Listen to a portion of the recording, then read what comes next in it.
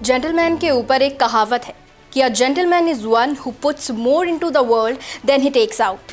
अर्थात एक सज्जन व्यक्ति वो है जो दुनिया से जितना लेता है उससे अधिक दुनिया को देता है।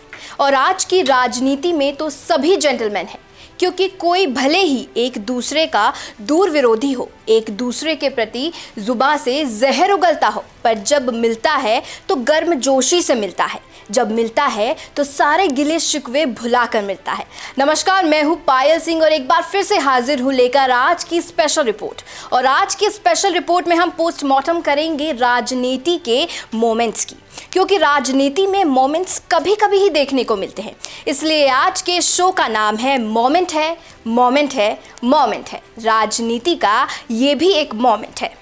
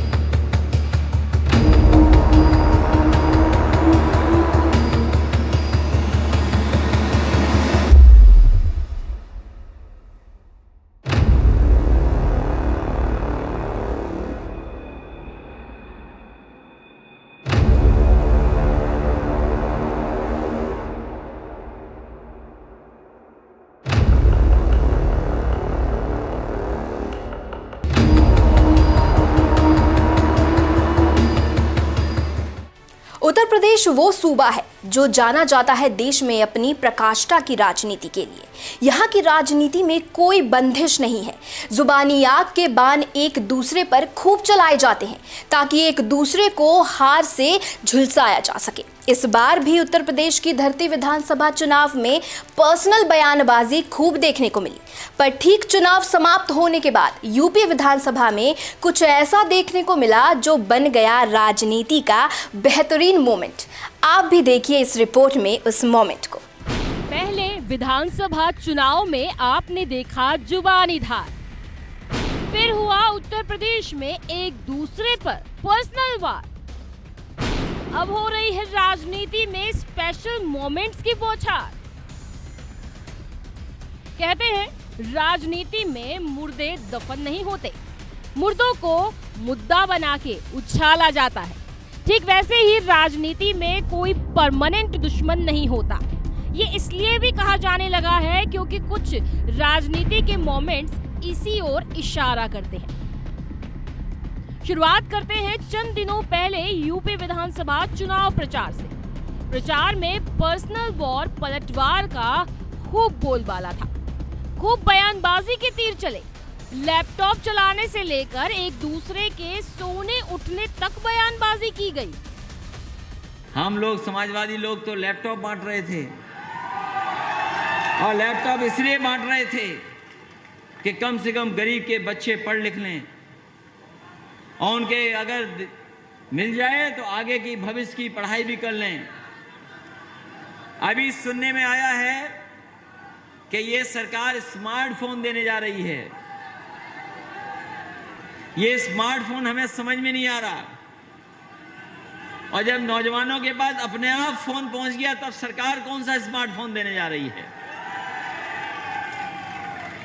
और फिर मुख्यमंत्री जी ने इसलिए लैपटॉप नहीं दिया, मैंने कई सभाओं में कहा और फिर कहता हूं, क्योंकि हमारे मुख्यमंत्री जी को लैपटॉप चलाना नहीं आता, इसलिए वो लैपटॉप नहीं बांटते हैं। आज मुझे प्रसन्नता है उत्तर प्रदेश के अंदर हर एक घर में बिजली जा रही है, हर एक जगह बिजली दी जा रही है, बिना भेदभाव की बिजली दी जा रही है। और पहले तो बहन जी आती थी, वो अपने गांव अपने जिले तक सीमित रखती थी। बबुआ आता था तो बबुआ भी 12 बजे सोकर के उठता था और उनको लगता था कि जैसे सूरज की रोशनी है ऐसे ही रात्रि में बिजली भी रहती होगी, इसलिए बिजली कहीं आने की आवश्यकता ही नहीं। और उन माफियाओं के चक्कर में पूरी व्यवस्था को धकेल करके अपने ऐशो आराम की जिंदगी व्यतीत करते थे। लेकिन भाइयों बहनों, आज उत्तर प्रदेश में ऐसा नहीं है। यहाँ तक तो ठीक था, लेकिन जैसे जैसे प्रदेश में प्रचार का पारा हाई हुआ, जुबान आग उगलने लगी, पर्सनल बयानबाजी और तल्ख हो गई, मंच से चिलम धुएं की बात होने लगी। ऐसा धुआंधार वोट पड़ने जा रहा है कि धुआं उड़ाने वाले धुआं धुआं हो जाएंगे। और बाबा जी कभी कभी कहते हैं कि हम 12 बजे सो के उठते हैं। जब से उन्होंने हमें कहा 12 बजे सो के उठते हैं, तब से हमने तय कर लिया है कि उनके घर पे भी हम नजर रखे हुए हैं। और आजकल मैं शाम को देखता हूं, कभी कभी धुआं उड़ता हुआ नजर आता है।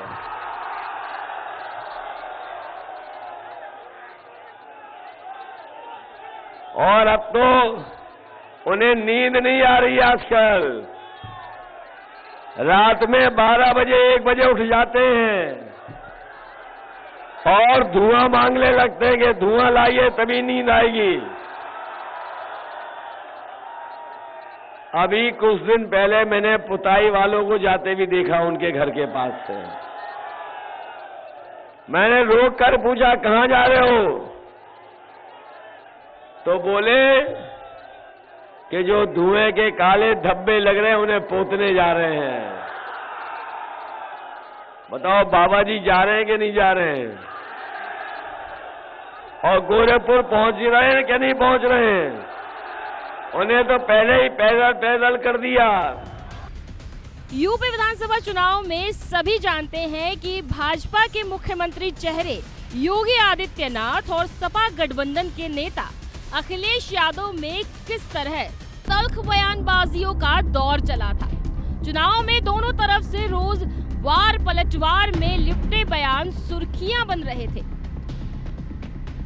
चिलमजीवी बाबा से लेकर जिन्ना, माफियावादी, गर्मी शांत करने जैसे बयान खूब चर्चा में रहे। लेकिन चुनाव खत्म होने के बाद अब यूपी विधानसभा में लोकतंत्र की एक उम्मीद भरी खुशगवार तस्वीर सामने आई है, जिसे हम मोमेंट बता रहे हैं।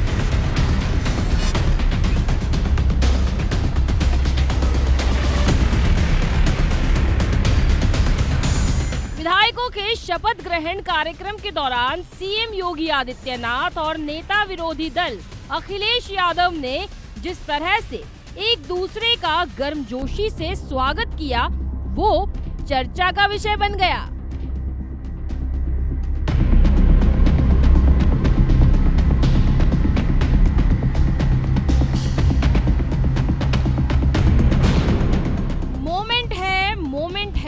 मोमेंट है, राजनीति का ये भी एक मोमेंट है।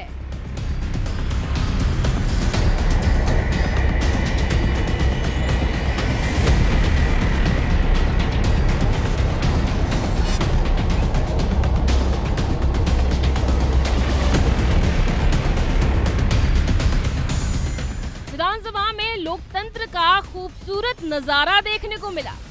दरअसल यूपी विधानसभा में सभी नए सदस्यों का शपथ ग्रहण कार्यक्रम चल रहा था। प्रदेश भर के विधायक यहां पहुंचे थे।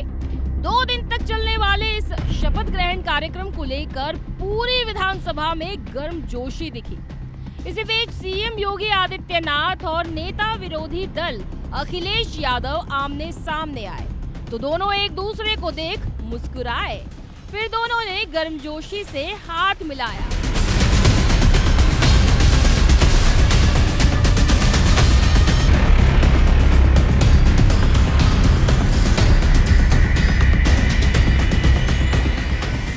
इस दौरान योगी आदित्यनाथ ने अखिलेश यादव की पीठ भी थपथपाई।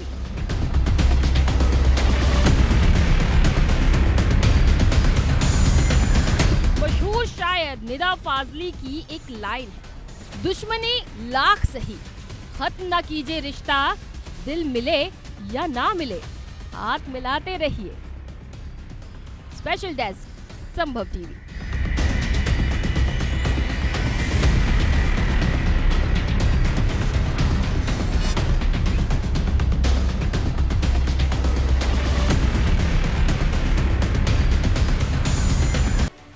मिलते ही आंखें, बढ़ गए हाथ, फिर हुई दिल की बात। उत्तर प्रदेश फतह के लिए जमकर लड़ने के बाद अब यूपी असेंबली में योगी और अखिलेश का हुआ भरत मिलाप। ये राजनीति है, यहाँ दुश्मनी सिर्फ विचारों की है, लेकिन चुनाव में तापमान हाई रहता है। नेता समाज का प्रतिनिधित्व करते हैं, ऐसे में उन्हें बोलते समय संयम बरतना चाहिए और बयानबाजियों से बचना भी चाहिए। वैसे राजनीतिक दल और नेता भी दावा जरूर करते हैं कि वो भी इसी सोच से इत्तेफाक रखते हैं, लेकिन चुनाव के दौरान जैसे जैसे मतदान करीब आने लगता है, भाषा की सारी मर्यादा टूटने लगती है। केशव प्रसाद के साथ भी यही हुआ था। एक तरफ योगी बबुआ कहकर हमला बोल रहे थे, तो वहीं दूसरी तरफ केशव अखिलेश को नाम बदलने का सलाह भी दे रहे थे।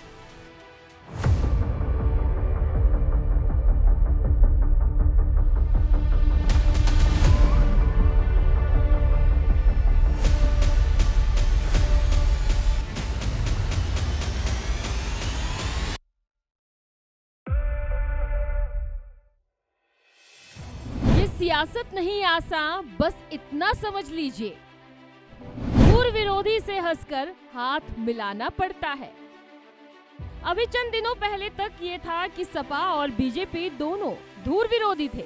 नेता एक दूसरे को फूटी आंख नहीं देखते थे, एक दूसरे को नाम तक बदल लेने की सलाह देते थे। एक तरफ बीजेपी के नेताओं के बयानों में अब्बाजान, जिन्ना, पाकिस्तान, गजवाए हिंद, माफियावादी शब्द सुनाई पड़ रहे थे, वहीं दूसरी तरफ विपक्ष के नेताओं के बयानों में चिलमजीवी बाबा, सांड, एक रंग वाले आदि बयान सुनाई दे रहे थे। रोज नए विश्लेषण, नए शब्द गढ़ने की नेताओं में होड़ सी दिख रही थी। केशव प्रसाद ने तो अखिलेश को नाम बदलने की सलाह तक दे दी थी। वहीं अखिलेश यादव ने तो यहाँ तक कह दिया कि डिप्टी सीएम को सरकार में बेइज्जती झेलनी पड़ रही है। इसलिए मैं श्री अखिलेश यादव जी को कहा करता हूँ, अखिलेश यादव जी अपना नाम बदल करके श्री अखिलेश अली जिन्ना रख लें। और समाजवादी पार्टी बहुत बौखलाहट में 3 चुनाव हार चुके हैं, चौथा हारने जा रहे हैं। जमीनी हकीकत हमको तो पता है क्योंकि हमारा संगठन बूथ तक है, लेकिन समाजवादी पार्टी को भी पता है। उनके पास गुंडे, अपराधी, माफिया हैं। तुष्टीकरण की राजनीति के कारण उनके साथ जिन्ना मियां आ गए। इसलिए मैं श्री अखिलेश यादव जी को कहा करता हूँ, अखिलेश यादव जी अपना नाम बदल करके श्री अखिलेश अली जिन्ना रख लें और अपनी पार्टी को समाजवादी पार्टी की जगह जिन्नावादी पार्टी बना ले। लेकिन ना जिन्ना उनको जिता पाएंगे, ना अतीक अहमद जिता पाएंगे, ना अंसारी जिता पाएंगे।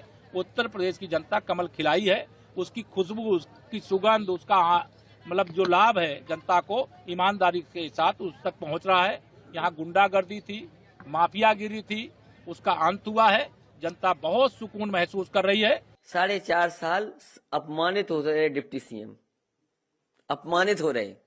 अपमानित होने वालों का कोई जवाब नहीं देंगे। जिनको भारतीय जनता पार्टी की सरकार में अपमान मिला हो, जो अपने समाज के लिए कुछ न कर पा रहे हो, देखते रह गए। 69,000 कितनी बार लाठी खाए बताओ। यहां जितने नौजवान आए सब लाठी खाए, अपने हक के लिए, अपने सम्मान के लिए लड़ते रहे। कोई ये नहीं कर पाए, कुछ भी मदद नहीं कर पाए। पर अब मौसम बदल गया, जज्बात बदल गए, माहौल बदल गया। बीजेपी जीत चुकी है, सपा ने बेहतर से बेहतर प्रदर्शन किया है, चुनाव संपन्न हो गए, तो ऐसे में क्या ही गिले शिकवे। दरअसल सदन में इस बार विधायकों के शपथ समारोह का कार्यक्रम 2 तस्वीरों को लेकर खबरों के बीच आ गया।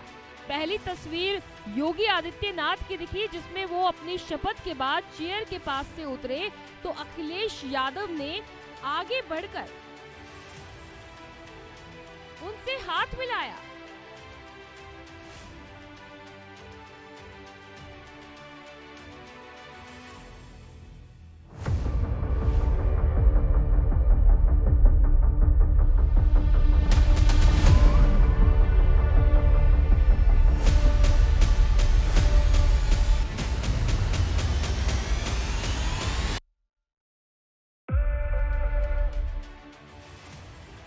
लेकिन दूसरी तस्वीर और भी खास दिखी जब खुद शपथ लेने जा रहे अखिलेश ने दूसरों का अभिवादन किया। अपनी सीट से उठे अखिलेश ने तमाम सदस्यों को प्रणाम किया, लेकिन जब केशव मौर्य के पास पहुंचे तो उनसे हाथ मिलाया। ये तस्वीर अब चर्चा का विषय बनी हुई है। सदन की ये खूबसूरत तस्वीर थी। स्पेशल डेस्क, संभव टीवी। देखिए, उत्तर प्रदेश विधानसभा चुनाव में नेताओं की बयानबाजियों ने कई बार मर्यादा की सीमाएं तक लांघी। चुनाव में हर रोज जनता को नए नए शब्द, विशेषण, परिभाषाएं सुनने को मिली। तल्खी का आलम यह था कि लग रहा था जैसे युद्ध ही चल रहा हो। लेकिन अब चुनाव के बाद तस्वीर बदलती हुई नजर आ रही है। एक दूसरे को जमकर कोसने वाले नेता गले मिलते दिख रहे हैं। राजनीति में दुश्मनी होती ही नहीं है। अगर दुश्मनी होती तो मुलायम की बहू बीजेपी की बेटी नहीं बन जाती। दुश्मनी होती तो छोटी बहू अपर्णा यादव समाजवादी कुंभा छोड़ बीजेपी में शामिल नहीं होती। राजनीति में सोचो तो सब जायज है, सब मौका और दस्तूर होना चाहिए।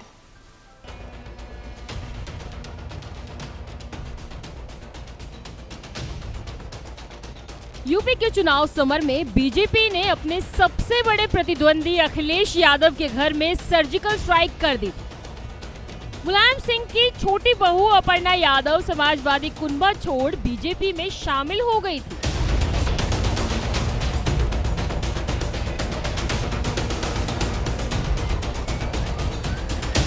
मुलायम सिंह परिवार का अहम हिस्सा होने के बावजूद वो यूपी के मुख्यमंत्री योगी आदित्यनाथ को अपना बड़ा भाई मानती है। तमाम मुद्दों पर पीएम मोदी की तारीफ करती है। लेकिन राजनीति में उस वक्त असल मोमेंट देखने को मिला जब बीजेपी को मिली बड़ी जीत के बाद यूपी के पूर्व मुख्यमंत्री मुलायम सिंह की छोटी बहू अपर्णा यादव अपनी बेटी के साथ योगी आदित्यनाथ से मिलने पहुंची और जीत की बधाई दी। अपर्णा यादव सीएम योगी को अपना बड़ा भाई मानती हैं। दोनों उत्तराखंड के रहने वाले हैं। यूपी के मुख्यमंत्री बनने से पहले भी योगी आदित्यनाथ की तारीफ अपर्णा यादव करती रही हैं। बता दें, अपर्णा यादव मुलायम सिंह की दूसरी पत्नी साधना गुप्ता के बेटे की पत्नी है। यूपी विधानसभा चुनाव से पहले ही उन्होंने सपा से नाता तोड़कर भाजपा में शामिल हुई है। चुनाव के दौरान उन्होंने पार्टी के लिए जोरदार प्रचार भी किया। अब ऐसे में आप सोच रहे होंगे कि सपा के संरक्षक मुलायम की बहू कैसे बीजेपी को सपोर्ट कर सकती है। तो कई वजह हैं जिसकी वजह से अपर्णा बीजेपी में शामिल हुई। पारिवारिक कलह और अपनों की नजरअंदाजी बनी वजह। सपा से लखनऊ कैंट विधानसभा से टिकट ना मिलना बना वजह। अपर्णा सीएम योगी को मानती हैं भाई, दोनों ही उत्तराखंड के रहने वाले हैं। अपर्णा का गाय प्रेम भी बड़ी वजह। योगी के जैसे ही अपर्णा भी गाय प्रेम में रुचि रखती है। सार्वजनिक मंचों से पीएम मोदी और सीएम योगी की तारीफ से सपा वाले नाराज रहते थे। कुल मिलाकर लबोलुबाब ये है कि भैया ये राजनीति है, यहाँ सब जायज है, बस मौका और दस्तूर होना चाहिए। स्पेशल डेस्क, संभव टीवी। शहरयाल की एक लाइन है कि अब रात की दीवार को ढहना जरूरी है। ये काम मगर मुझसे अकेले नहीं होगा। लोकतंत्र की यही खूबसूरती है कि नेता बस विचारों से अलग होते हैं। इस विधानसभा चुनाव की एक और खूबसूरत तस्वीर है अखिलेश और प्रियंका की। वो दोनों प्रचार करते हुए आमने सामने आ गए थे। वो तस्वीर भी यूपी की राजनीति में खूबसूरत मोमेंट है। उत्तर प्रदेश चुनाव में सभी पार्टियां अपने अंदाज में जोरदार प्रचार कर रही थी। कांग्रेस महासचिव प्रियंका गांधी भी फिर अपनी पार्टी को मजबूत करने का प्रयास कर रही थी। इसी कड़ी में बुलंदशहर में वे अपने समर्थकों संग प्रचार कर रही थी, लेकिन वहां पर उनकी मुलाकात हो गई समाजवादी पार्टी प्रमुख अखिलेश यादव और आरएलडी चीफ जयंत चौधरी से। दोनों अखिलेश और जयंत भी प्रचार करने पहुंचे थे, लेकिन जैसे ही प्रियंका गांधी का काफिला उनके सामने आया, दोनों रुक गए और फिर एक दूसरे की ओर हाथ हिलाया। ये नजारा देख दोनों पार्टियों के समर्थक उत्साह में झूमने लगे। इसका एक वीडियो सोशल मीडिया पर वायरल हो गया है।